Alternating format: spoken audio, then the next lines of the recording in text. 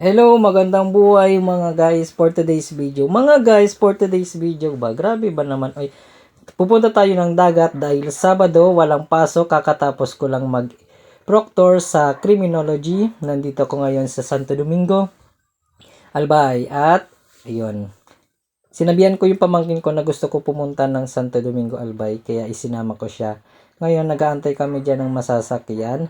Dahil gusto ko nga pumunta doon sa Santo Domingo ngayon sa dagat. Dahil malapit lang po ang dagat sa kanila. Almost sabihin na natin na 10 minutes lang ang layo mula dito kapag sasakay ka ng tricycle.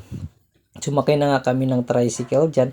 At sabi ko nga sa pamangkin ko na hawakan niya muna yung hawak-hawak ko na ang paper bag para naman ako ay makapag-focus sa pagbibideo. Uy, sana all kinakarirang pagbibideo. Grabe ba? Ayan. So, sobrang layo. Hindi naman masyadong malayo. Konti lang naman. Mga 5 minutes nga lang. Ay, binaybay namin ang daan papunta naman sa sentro ng Santo Domingo, Albay. So, dahil matagal ko na nga binabalak na mag-vlog, so ngayon ko lang naisipan na gumawa ng content. Ang naisipan kong gumawa ng content ay ang pumunta ng dagat. So, dahil nga napapanood ko palagi doon sa mga vlog, lalong-lalo na yung Tabo di Vlog na na-inspire ako palagi. Ang galing niya mag-voice over. So, sana all magaling. Di ako, pinapractice ko lang ang pag-voice over. So, ngayon nga, ay naisipan ko na pumunta ng dagat para naman ay ma-enjoy ko dahil puro na lang stress. Hindi, bago talaga ako umuwi ng UWAS, palagi talaga ako kapag dito ako pumupunta sa kapatid ko, ay di pwedeng hindi ako bumisita sa dagat. Kumbaga, mas gusto ko talagang napupunta dun sa para mag-unwind ba, magtanggal ng stress. Sana all stress. Hindi, grabe na. Walang ganun, Mars. So, nandyan na nga ako sa sentro. Kararating ko lang dyan sa sentro ng Santo Domingo, Albay. Ang Santo Domingo, Albay nga pala ay makikita ninyo dito sa Albay, Bicol, Region 5. So, tiningnan ko muna. Pumunta muna ako sa land bank dahil tiningnan ko may pera. Walang paso. Walang pala yung pera. Yung laman ng aking debit card. Ayan. At ayan, pinapakita ko sa inyo ang kanilang Santo Domingo signages na napapatunay na nandiyan nga sa Santo Domingo. Sa mga nakapunta na dyan sa Santo Domingo, shoutout po sa inyo. At bago kami pumunta doon sa dagat ay dumaan muna kami ng LCC dahil inutusan ako ng kapatid ko na bumili kami na muna ng manok. Dahil daw di kami papapasukin sa LCC kapag basa na daw. Kasi wala kami masyadong dalang damit. Ang dala lang namin ay tuwalya. So, naglalakad na nga kami dyan at sabi ko nga sa pamangkin ko kung excited na ba siya. Sa mga nakakakilala or nakapunta na ng Santo Domingo, alam nyo ang daanan na yan kung saan. Shoutout na lang po. Yung mga umabot po sa video to, maraming salamat sa panonood. So, sa naisipan nga namin na maglakad na lang kasi malapit lang naman, along the road lang naman. At ilang minuto lang naman na kembot, ilang minutong tumbling, ilang minutong kembot, hindi. Sana all ko may kembot. Ay, nandiyan na nga, kararating lang namin dyan mismo sa Palipasan. Yan ang tawag sa lugar na yan, mismo sa sentro ng Santo Domingo. Malapit pala, may mga resort po pala dyan na makikita malapit sa dagat. Kaya po yung mga nais pong bumisita ng Santo Domingo, Albay, meron po dito mga resorts na makikita po presyong abot kaya. Una po ang Barrios Kids Pool, pangalawa naman ang Bienvenida na resort. Meron din po sila dyan na hotel. Ay, sana all nag-promote. Walang ganun, Mars. O baka naman. De, joke lang. So, yan nga ang makikita maliban sa dagat na makikita mo dito sa Palipasan, meron din mga resorts. So, yung pamangkin ko, ang pinadala ko ng sando bag na may lamang chicken na uulamin namin mamayang tangali. So, bago nga namin pinuntan yung yung mismo ayan, nagkabulol-bulol na tuloy. De, pagpasensyahan nyo na talaga kalpasa, first time ko pa lang mag-vlog at first time ko lang din mag-voice over. Ang isa pala sa mga magagaling mag-voice over na kakilala ko si Kuya Boyet, si Prince Reynaldo Garo. Ay nako, ang galing-galing niya mag voice over. So bumaba na nga kami diyan, yan ang daanan, maliit lang iskinita, papunta mismo dun sa space na lugar na pupuntahan namin or dun sa dagat na siya mismo or sa mabuhangin. So sabi ko nga sa pamangkin ko na wag na tayong masyadong lumayo. Kasi kung pupunta tayo sa malayo, parehas lang naman tubig yan, parehas lang naman maalon. Dito na lang tayo sa mas malapit para hindi na tayo mapagod, sabi niya. O sige, di tumunod naman din. Ngayon nga pumunta muna kami dun sa Mabato kasi nga tinitignan ko yung mga alon. Sabi ko dun sa pamangkin ko na manguha tayo ng alimango kasi nakikita ko sa mga vlog ni Tabody na may mga alimango na makukuha dyan sa mga batuhan. At meron din ako dyan na binabalak na gusto kong kunin yung mga seashells na nakadikit siya sa mga bato. Tapos nakikita ko na kinakain nga. So di talaga ako pumayag na hindi ko puntahan. So nilapitan ko na nga para makita niya naman na hindi ako nagsisinungaling. Ay, walang ganon. Hindi, joke lang. So nandyan nga sa sobrang laki ng mga bato, naghahampasan dyan yung mga alon. Sa sobrang dami na ng alon dyan, tinatamaan or kaya matutumba ka talaga kapag hinampas ka ng alon. Sa pagkakataon nga ito ay may nakuha akong isang seashells na sinasabi na nakita ko dun sa vlog na kinakain, pero gusto ko sanang manguha kaso konti lang, 2 piraso lang ata yung nakuha ko. Ayun nga, may nakita kong alimango dun sa gilid at gusto ko sanang kunin pero mas mabilis pa siya sa alas 4.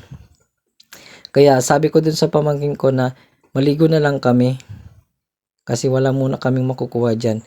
So bago kami pumunta, pinakiramdaman muna namin bago pumunta kami dyan sa gitna, pinakiramdaman, oy, nauulit, joke. Di muna kami pumunta dyan sa gitna dahil nga meron na kami nakita dyan na Coast Guard na nagbabantay.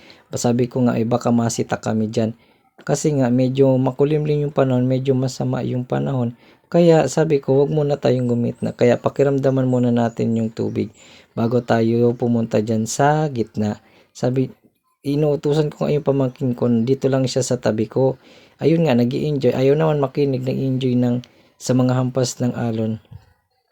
Tapos meron din dyan dumating na mag-aama na naligo din kasi nga Sabado nag-unwind. Maganda sana kung medyo hindi masyadong malakas yung alon, pwede kaming lumangoy-langoy. Kaya ang ginagawa namin, timingan na lang ang paglangoy. So dahil tapos na nga namin pakiramdaman, sana all pinapakiramdaman, ay naisipan na namin na pumunta na dyan sa gitna para maligo. Yung una natatakot pa kami kasi sa sobrang lakas ng tubig, baka mabasa yung cellphone ko. Kaya ang ginawa ko, inusog-usog ko na lang yung cellphone ko dun sa noon at ginamitan ko ng zoom para makita pa rin kami na naglalaro or naghahabulan sa tubig. Ay, sana all naghahabulan. Feeling ko nga naging bata ako sa mga oras na yan kasi na-enjoy ko yung tubig, yung alon, yung vibes ba. Maganda ba kasi pag nandyan ka sa mga lugar na ganyan na walang stress. So buti na lang yung pamangkin ko ay sumama naman. Sabi ko nga bawas-bawasan ang pagiging KG. Ayaw ko pa naman sa mga taong KG na grabe naman ang pabebe. Uy, sana all walang ganon. Kaya nga sabi ko sa kanya na wag siya masyadong magpapabebe kapag ako ang kasama niya. Kaya go lang ng go para ma-enjoy mo yung buhay habang bata ka pa, magtakbo sa damuhan, hindi sa tubigan pala. Sa sobrang haba na nitong vlog ko, feeling ko mauubusan na ako siguro ng sasabihin, hindi. Walang ganun, Mars. So maraming salamat po pala sa mga sumusuporta sa akin, lalong-lalo na sa mga magsusuporta pa lang. Shoutout pala sa iyo, Sir Javi Ronald Bear, sa pagsusuport, sa pag-share ng aking post. At mas lalong-lalo na sa iyo, Kuya Prince Reynaldo Garo or Kuya Boyet kung tawagin. Salamat po sa inyong dalawa sa pagsuporta sa akin, sa pag-share at pagla-like ng aking mga videos. So ayan na nga, dahil gustong gusto kong manguha ng seashells, nandyan ako sa lugar na kung saan kahit sobrang lakas ng alon ay nanguha ko. Yan pala ang mga nakukuha kong mga seashells na maaring kainin. Sabi nga, sinerge ko muna siya syempre bago ko naman lutuin. Baka naman malason ako sa mga ganyan. Kaya nakita ko kasi na pwedeng kainin, kaya ang ginawa ko ay lulutuin ko siya pag uwi. Kaya nga dahil tapos na nga kami na maligo ay sabi ko dun sa pamangkin ko na magbanlaw na kami. Mabuti na lang meron dyan sa malapit na bukal na maaring only tubig. Libre pa. Kaya dyan kami nagkabulo-bulo na. Dyan kami banlaw. Sabi ko dun sa pamangkin ko na bantayan niya muna yung yung gamit namin kasi baka pagdating namin doon wala na yung gamit namin, sayang naman, lalo na doon yung manok, yung wallet ko, kahit walang laman, wallet pa rin yun, sayang. Kaya sabi ko, doon ka muna, tapos ako na muna magbabanlaw, i-enjoy ko muna tong pagtatampisaw dito sa bukal ng tubig. Malinis, tsaka po malamig ang tubig dyan. Sabi ko, kailangan talaga magbanlaw ka ng natural water. Uy, English, para naman mawala yung tubig alat kasi kapag hindi ka nagbanlaw, mainit siya sa katawan. Tsaka sabi ko, sasakay pa naman tayo ng tricycle, kailangan mo magbanlaw. Ayan, pagkatapos kong banlaw, kailangan na lang namin punas-punas kasi wala nga kaming dalang damit na gagamitin or ipapalit. Kaya ang ginawa ko dyan ay magpunas na lang na magpunas hanggang sa matuyo. Pero buti na lang hindi ko ginamit yung t-shirt ko para naman pag sinuot ko mamayang pag-uwi hindi siya basa.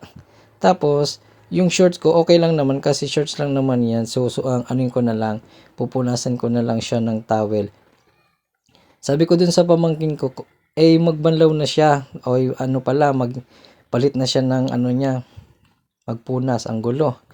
Magpunas na siya ng kanyang mga basang damit dahil nga uwi na kami. Sana naman ay nakararating kayo hanggang dito sa aking video. Maraming salamat po sa pag-support.